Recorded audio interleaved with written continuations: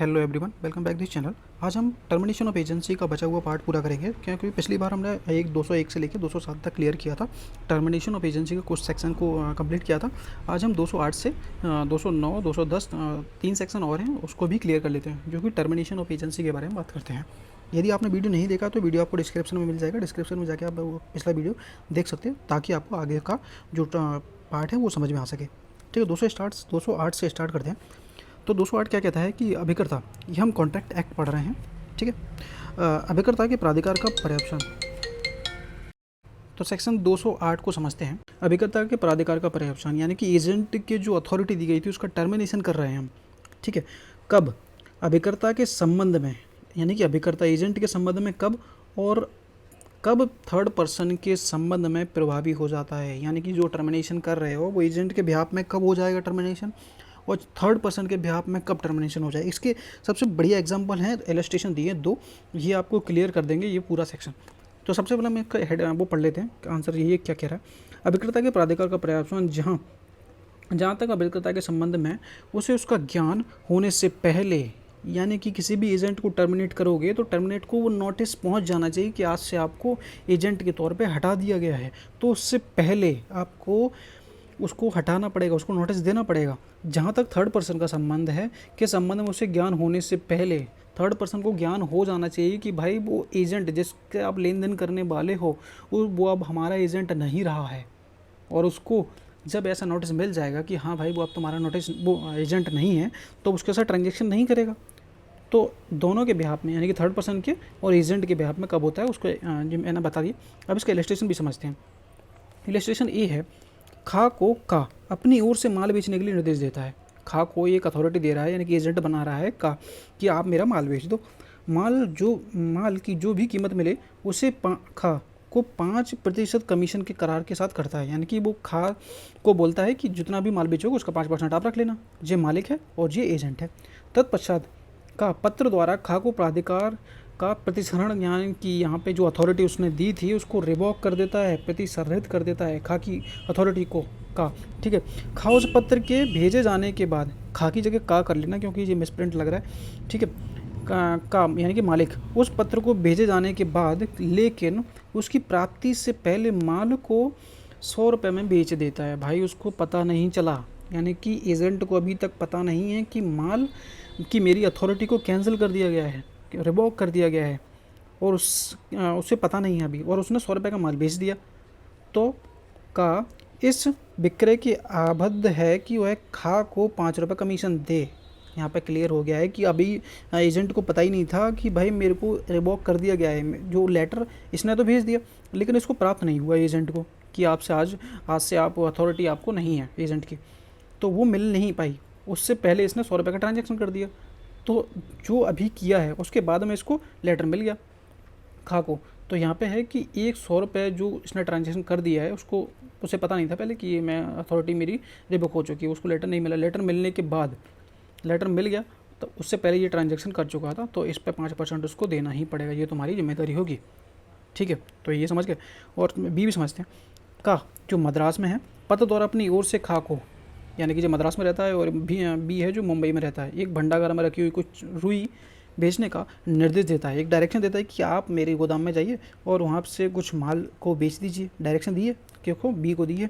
तत्पश्चात पत्र द्वारा उसके विक्रय प्राधिकार का प्रतिसरण करता है, यानी कि रिवॉक कर देता है सामने वाले की अथॉरिटी को। और बा को, यानी कि जिसको अथॉरिटी दी गई है मुंबई में, वह रुई को मद्रास भेजने का निर्देश देता है। और खा दूसरा पत्र पाने के बाद, यानी कि 2 लेटर भेजे गए, दूसरा पत्र पाने के बाद गाँव के साथ, जिसे पहले पत्र का ज्ञान है लेकिन दूसरे पत्र का कोई ज्ञान नहीं है, उस रुई को बेचने की संविदा कर लेता है और खा को गा उसकी कीमत दे देता है।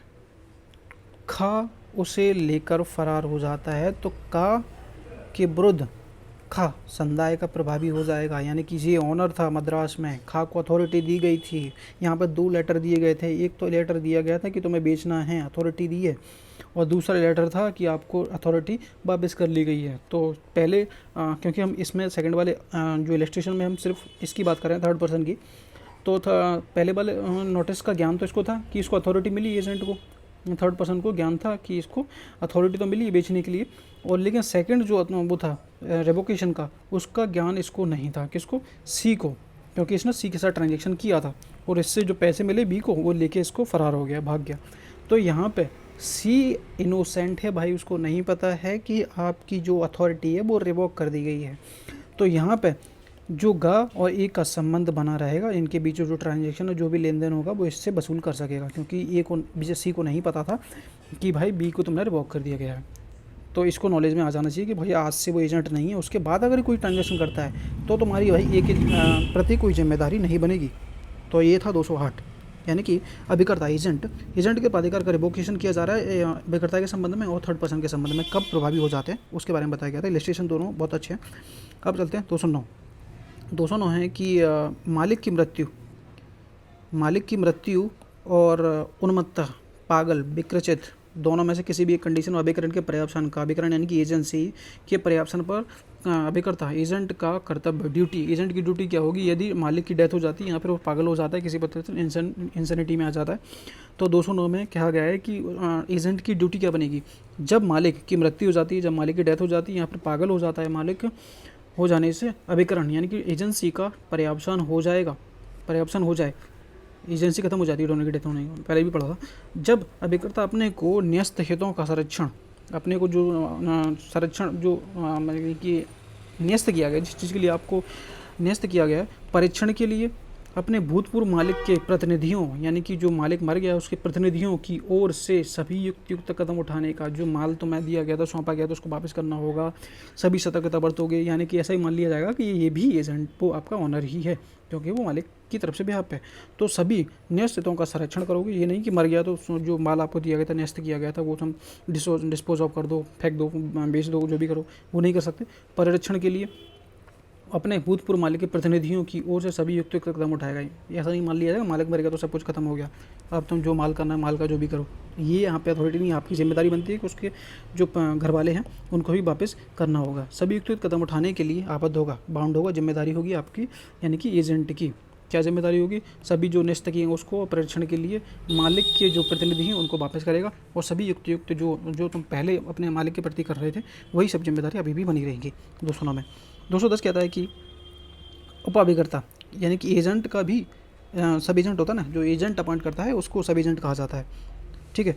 उपाभिकर्ता के प्राधिकार का पर्यावसान, यानी कि जब एजेंट टर्मिनेट हो जाता है तो एजेंट ने जो अपने नीचे सब एजेंट को अपॉइंट किया था वो भी टर्मिनेट हो जाते हैं। उसको समझते हैं कि अभिकर्ता के प्राधिकार का पर्यावसान, यानी कि एजेंट के अथॉरिटी का टर्मिनेशन उन सब एजेंट के जो कि उसने नियुक्त किए हों प्राधिकार का पर्यावसान कार्य कर देता है। ब्रैकेट वाला बाद में पढ़ेंगे। यानी कि किसी भी एजेंट को जो अथॉरिटी को टर्मिनेट किया गया है, उसने जितने भी सब एजेंट को अपॉइंट किया था उनकी अथॉरिटी अपने आप टर्मिनेट हो जाती है जब एजेंट ही हट गया। तुम्हारा मालिक यानी कि सब एजेंट का मालिक ही समझ लो इनको, एजेंट को सब एजेंट का मालिक होता है। अब जब तुम्हारा मालिक ही नहीं रहा तो तुम्हारा भी टर्मिनेशन हो जाएगा।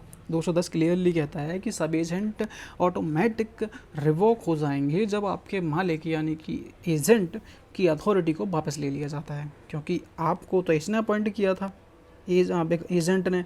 सब एजेंट 1 है, 2 है, 3 है, जितने भी सब एजेंट हैं इन सभी को किसने अपॉइंट किया था? अभिकर्ता ने अपॉइंट किया था। और जब आपकी इसका भी एक मालिक है, उसने ही भाई आपको हटा दिया, तो ये आपकी कोई जिम्मेदारी नहीं बनती, आप भी भागो यहाँ से, क्योंकि जब आपका मालिक नहीं रहा तो आपकी भी कोई जिम्मेदारी नहीं, आप भी टर्मिनेट हो जाओगे। 210। तो ये था हमारा टर्मिनेशन ऑफ एजेंसी का कुछ पार्ट बचा था, वो क्लियर कर लिया है। आगे हम 211 से फिर से पढ़ेंगे, जो मालिक के प्रति अभिकर्ता का कर्तव्य, यानी कि जो मालिक है उसके प्रति में जो एजेंट होता है उसकी क्या कर्तव्य, क्या ड्यूटी बनती है, वो हम पढ़ेंगे। तो फिलहाल आपको ये जो हमने पढ़ा है अभी वो पसंद आए तो उसको लाइक और वीडियो को सब्सक्राइब ज़रूर करना चैनल को। कोई भी आगे अगर कुछ पढ़ना चाहते हो कॉन्ट्रैक्ट एक्ट में कोई भी रिलेटेड समझ में नहीं आता कमेंट कर दीजिएगा। कोई भी वर्ड समझ नहीं आए, क्योंकि मैं ज़्यादातर बता देता हूँ सारा, और कोई भी नहीं समझ में आए तो अभी कमेंट कर सकते हो। ठीक है। तो वीडियो को लाइक और चैनल को सब्सक्राइब जरूर कर देना। आगे कोई भी पढ़ना चाहो तो वो भी बता दीजिएगा। Thank you.